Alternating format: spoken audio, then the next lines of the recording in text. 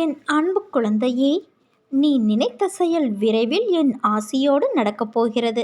உன்னை சரியான நேரத்தில் உன் சாய் தேவான் நான் கை தூக்கி விடுவேன். உன் வாழ்வில் நல்லதே நடக்கும். இது உனக்கான வார்த்தைகள்.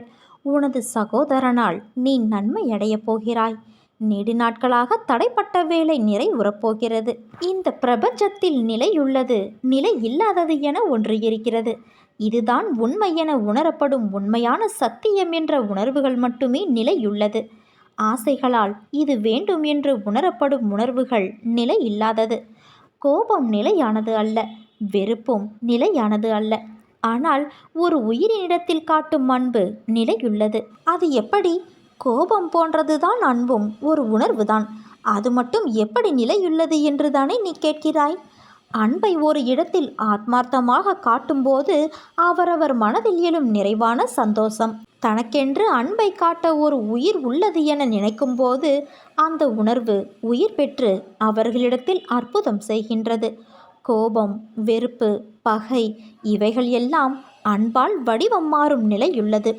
ஒரு உயிர் துடிக்கும் தருணம், அந்த நேரத்தில் உன் அன்பு இறைவனின் மனதில் நீங்காத இடம் பிடிக்கும். உதவி செய்வது மட்டுமல்ல, மனதால் ஒருவருக்கு நன்றாக இருக்க வேண்டும், அவர்களை சுற்றி நல்லதே நடக்க வேண்டும் என்று பிரார்த்தனை செய்வதும் உதவிதான்.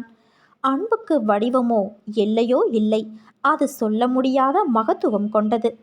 நீ எப்படி இருக்க வேண்டும் உன் ஆன்மாவின் இயல்பில் என்று நான் கூறுவது இதுதான். உன் மனதில் ஒரு நம்பிக்கை பிறந்ததல்லவா? சந்தோஷம் வெளியிலிருந்து உணர்வது இல்லை, அது உன்னுள் தான் இருக்கிறது என்று நீ உணர்ந்தாயல்லவா? வாழ்க்கை மாறப்போகிறது என உனக்குள் தோன்றிய இடத்திலேயே நீ நுழைந்து விட்டாய். இனி நடப்பவை, நடக்கப் போகின்றவை எல்லாம் நன்மைக்கே.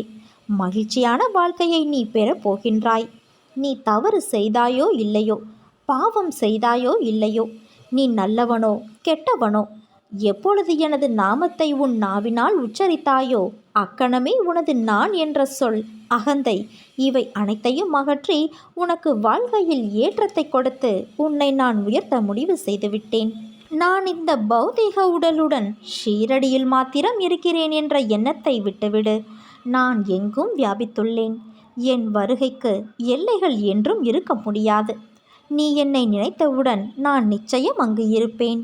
நான் உனக்குள் இருக்கும்போது நீ வேறாக எங்கு இருக்க முடியும்? உனக்கும் எனக்கும் இடையில் தூரம் என்பது வெறும் மாயை. அதுவே சுவர் போன்ற தடையாகும். அதை தகர்த்து எறி. அப்போது நாம் இருவரும் ஒன்று சேர முடியும். உன் வாழ்வில் எல்லா வளமும் நலமும் பெற்று நிரந்தரமான நிம்மதியை அடையப் போகிறாய். என் வார்த்தைகள் மீது நம்பிக்கை வைத்து செயல்படு. உனது எதிர்கால தேவைகள் அனைத்தையும் நான் பூர்த்தி செய்வேன். நீ நம்பிக்கையோடு இருந்தால் நல்லதே நடக்கும். சாயிருக்க பயமேன்.